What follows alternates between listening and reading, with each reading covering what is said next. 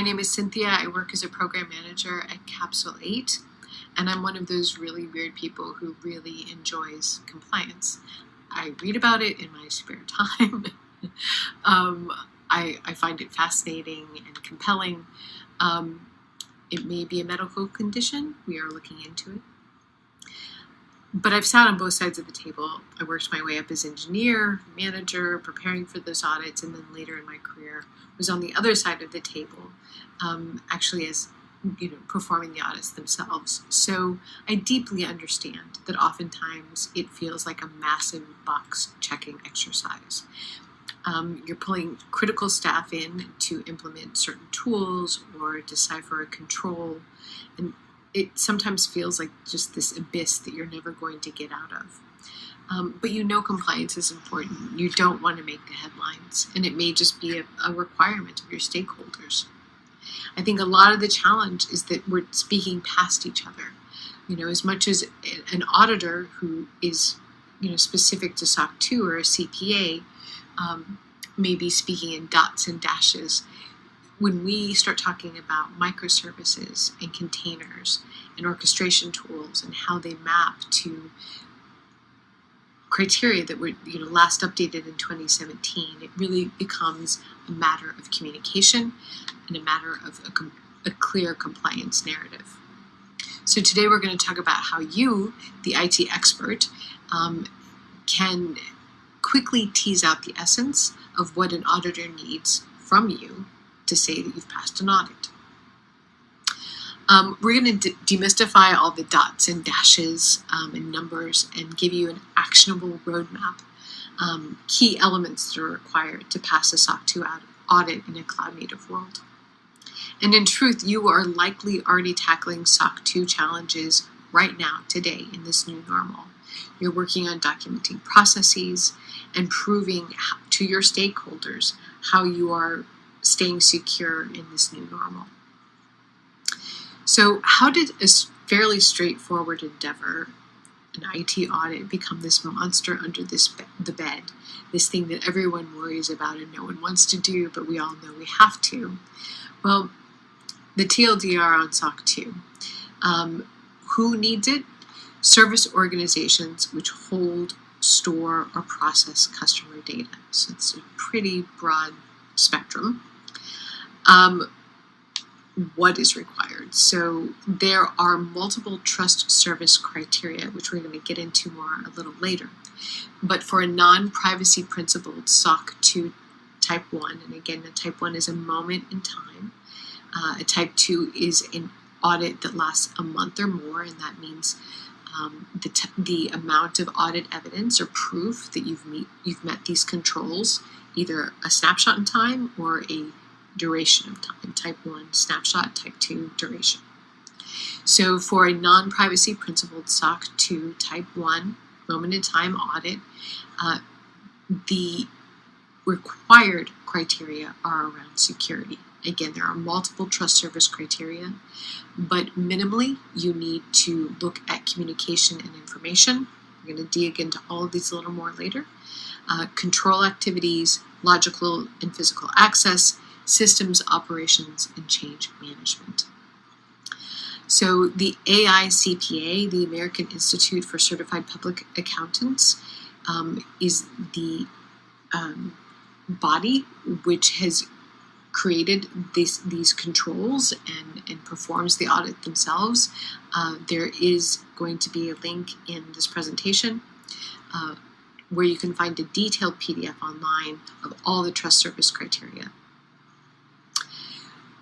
But again, when we talk about these audits, it really is critical to your understanding that it comes down to language and having a clear compliance narrative to describe your IT systems from the outset. This is the foundation for passing any audit, SOC 2 or otherwise. And you may have signed up for this session because having SOC 2 attestation puts you at a competitive advantage.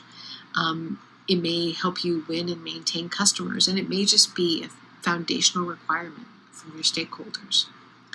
Or you could be looking to move to cloud-native applications, platforms, or services, And putting compliance and security at the beginning of your design is a great first step. So sure, SOC 2 helps us build trust. It gives us a competitive advantage. But why are we hearing so much about it right now? Well, again, the trust service criteria, security, process integrity, data privacy, these are all things that we're tackling right now as professionals in this new normal. We've also seen a sudden shift into a highly distributed and remote workforce. We may have seen an acceleration of our plans to move to cloud-native platforms and services. Minimally, you're having to document how you are maintaining operations in this new normal. So you're already doing the work. Why not couch it in SOC 2 principles and processes? So we often hear about SOC 2 in the same phrase as audit because of the breadth of reporting required to pass this audit. When you ready yourself and you successfully pass a SOC 2 audit, a lot of those processes in place, the ways in which you produce the audit evidence, the way you prove and are able to repeat and demonstrate how you are meeting these principles and these criteria can be repurposed if you want to go after additional attestations, whether they be PCI, DSS, or NIST, or HIPAA. Again, a lot of these use cases can be repurposed and used to gain additional attestations. So it's also seen as kind of this virtual business-to-business handshake, acknowledging that a third party has reviewed and attests that the way you manage customer data has processes, governance in place, policies, and monitoring that meet the standards of the AICPA.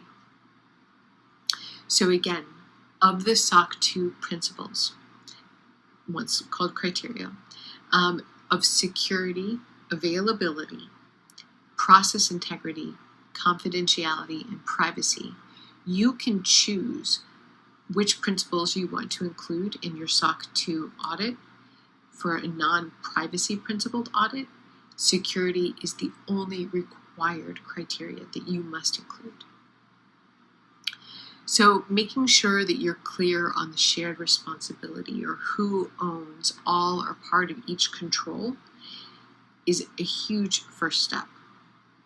Note that the trust service criteria, that these, again, availability, processing integrity, confidentiality, privacy, these all have their own set of controls. We're looking at this matrix, and each box in the matrix would be responsible for producing evidence depending on the scope of the SOC 2 audit. So as an example, you're, say, using AWS to host business-to-business workloads. Part of your SOC 2 audit, you can choose, in addition to security, as an example, you want to review availability and confidentiality. So it would be a joint effort based on this matrix to produce audit evidence between yourself and your cloud service provider, so AWS in this case. So again, other criteria for an MVP, availability, process integrity, confidentiality, privacy are optional. Security is not. So let's talk about the MVP. The minimum set of controls in a type 1 audit, which is a moment of time, will be evaluated by your auditor are these. And I'm going to kind of dig into these a little bit here. So the common criteria for communication and information. You have to be able to illustrate how you manage internal and external communication and information flows. For the common criteria around control activities, you have to demonstrate how you manage technology risk. For the common criteria of logical and physical access, you would demonstrate how you detect and prevent unwanted attacks and access to systems. This is both logical and physical security, and likely a shared responsibility between you and your cloud service providers. And then the common criteria for systems operations. This is also likely a shared responsibility between you and your cloud security service providers, and would illustrate how you effectively detect anomalies and security incidents and how you respond to them and remediate them. It also digs into effective governance around the communication of security events. And finally, there's a common criteria around change management. You would have to demonstrate for not just your organization or also any third parties that you work with, how you've implemented change management across all of your policies related to software, infrastructure, and data. So again, we hear about SOC2 in the same sentence as audit because it's a broad spectrum of controls. So let's dig into the roadmap, right, to how we are going to pass the SOC2 audit, regardless of where you are on your compliance or cloud native journey. So step one, build your control matrix. We looked at a matrix earlier in terms of responsibility. Security in cloud native environments is intrinsically linked to the who and the how of the service owner. What does that mean? If it is a SaaS application, there's going to be shared responsibilities between the individual, the business who wants the attestation, as well as who is hosting that application, your cloud service providers. So all of the public cloud service providers right now have some great, they've really enhanced over the past year, their off-the-shelf offerings in terms of easily downloadable SOC2 reports. Don't reinvent the wheel, at least start there. Step two, determine your scope. We've talked extensively that security is required for non-privacy principled SOC2 type 1 audits, but maybe you are required to include privacy or process integrity. That's going to increase the scope in terms of the types of controls that you have to meet, the test cases that you're going to have to produce, and the evidence that you're going to have to give to your auditor. So again, best case scenario, this is not a box checking exercise, but really an opportunity to create standards and structures to produce repeatable results that would pass an audit. So you've mapped the who and the how of the service owner. You've determined your scope, which principles you want to include, which criteria you want to include. Now you actually run through the controls. You see where there are gaps, where you're lacking documentation, where you may be even lacking tools or procedures of how you're going to meet some of those controls. And you rinse, lather, repeat. You keep performing the gap analysis, you run through the controls. What will determine the length of time that this takes is really a few things. Scope, how many of the trust service criteria are you going to include beyond security? How many third parties are you working with? Again, if you have multiple individuals or service providers helping you with the care and feeding of your systems, you're going to have to gather that information for them as well. And then again, how well are you currently working in terms of documentation? Do you have a compliance framework that you're working with right now? Are you COVID? Are you CCM? A lot of times you can easily map SOC2 controls to those frameworks. So that will all determine the amount of time it takes you to kind of cycle through that remediation process and gap analysis overall. Because successful audits really are rooted in compelling compliance narratives. Remember, this is a CPA who's helping assess your system. How simple right now is your network diagram to an outsider? How easily can you explain to a stranger how you are implementing EDR? So if you've never seen a SOC2 audit report before, there are components in any audit, type 2, type 1, regardless of the number of trust service criteria that you're including regardless of your scope, there are elements to the final audit report that I'd like to talk through. So the first you would see at the top is the service auditor's report. And this is your CPA's executive summary of the experience. Next, you would have your management team's opportunity to document your compliance narrative in the management assertion section. So this is your organization's executive summary on how you are meeting your compliance goals.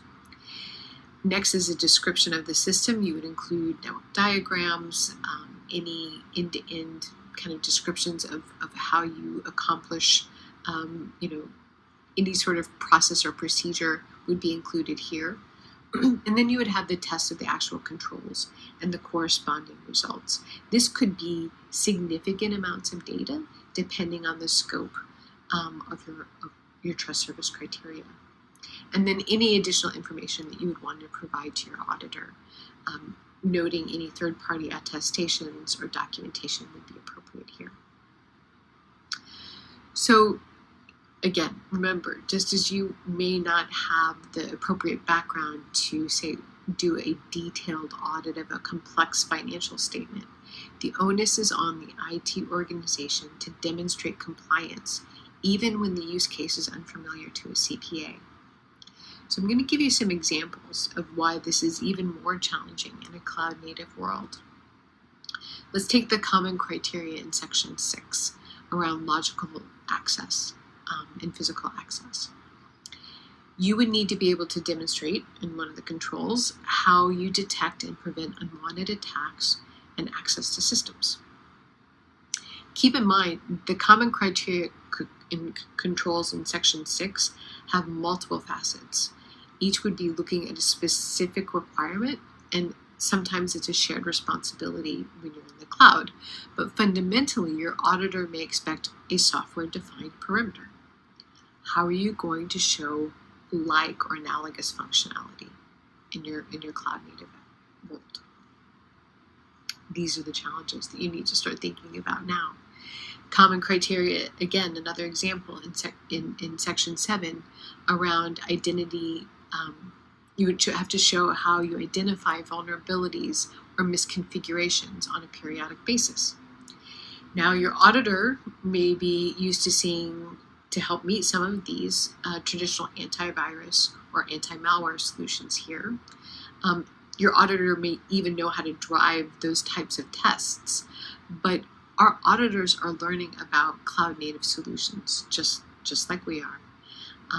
But the onus is on us to prepare clear use cases to reduce confusion and illustrate how you maybe not only meet these challenges, but exceed the nature of the control.